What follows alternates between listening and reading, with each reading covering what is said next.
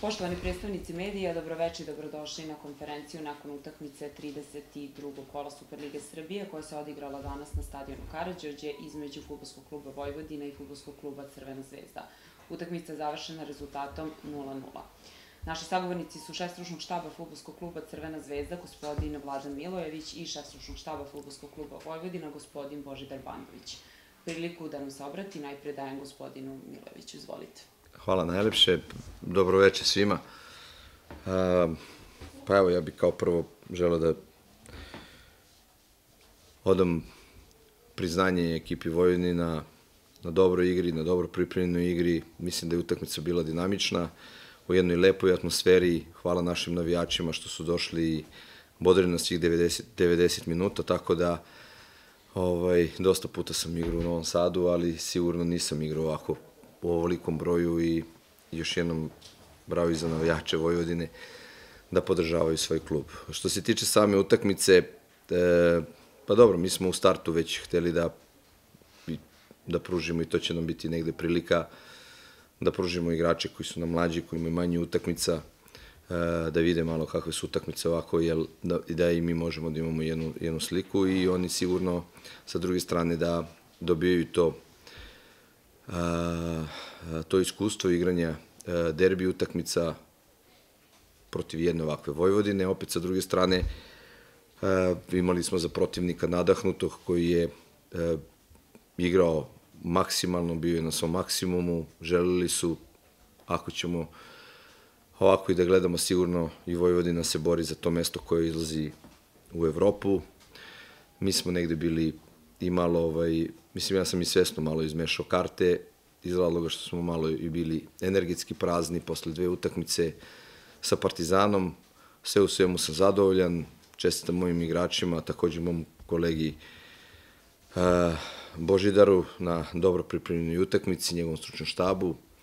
Vojvodine želim se najlepše, mi se okrećemo utakmici u četvrtak, uz gusti raspored, tako da se odmorimo i da budemo već spremni za sledeću utakmicu. Hvala. Hvala vam. Reč dajemo gospodinu Bandoviću.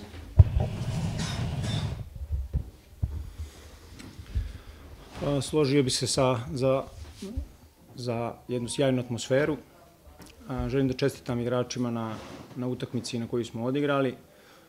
Čvrsta utakmica protiv šampiona, najboljeg tima u državi.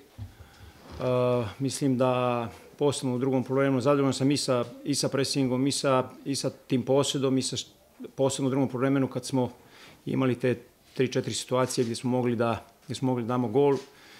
Imali Zvezda jednu, dvije situacije gdje je mogla da postigne gol, ali mislim sve u svemu da smo odigrali jednu odličnu utakmicu. Da želim da se zahvalim navijačima i da čestitam mojim igračima na ovoj utakmici. Hvala vam. Možemo preći na vaše pitanje, izvolite.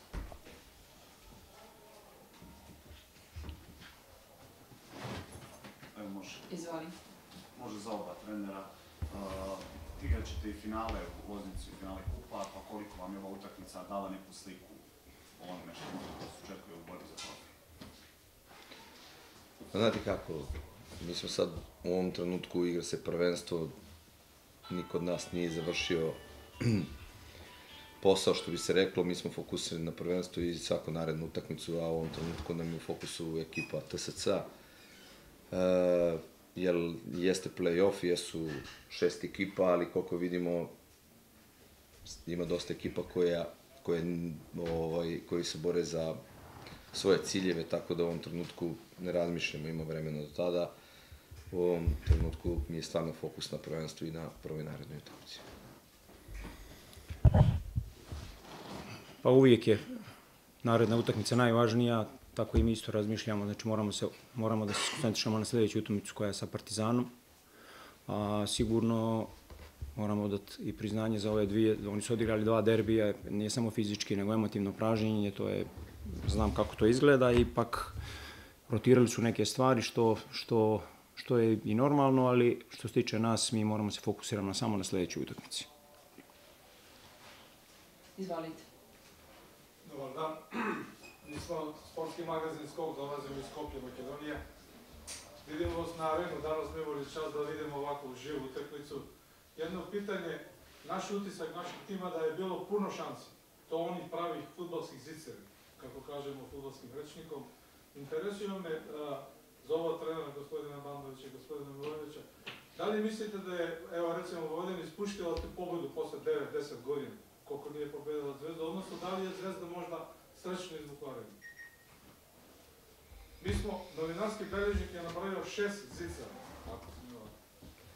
Pa dobro, da vam kažem nešto, ako bi sad analizirali utakmicu, sigurno da su oba golmana danas bili, možda Glazer je danas pokazao svoju klasu i upravo je Boško i pričao o tim šansama, da je, treba sigurno napomenuti da je Glazer u 2-3 situacije fenomenalno reagovao, ali isto tako moramo da priznamo da je i Carević u 2-3 situacije vrhunski reagovao. Tako da, pogotovo možda, znate kako u toku igre, ali da u nekom 90. skoro, ako se ne varam, minutu, gde je odbranio jako težak udarac Hwanga, gde mu je bila full koncentracija, svaka čast, on je bilo baš jako teško zabraniti.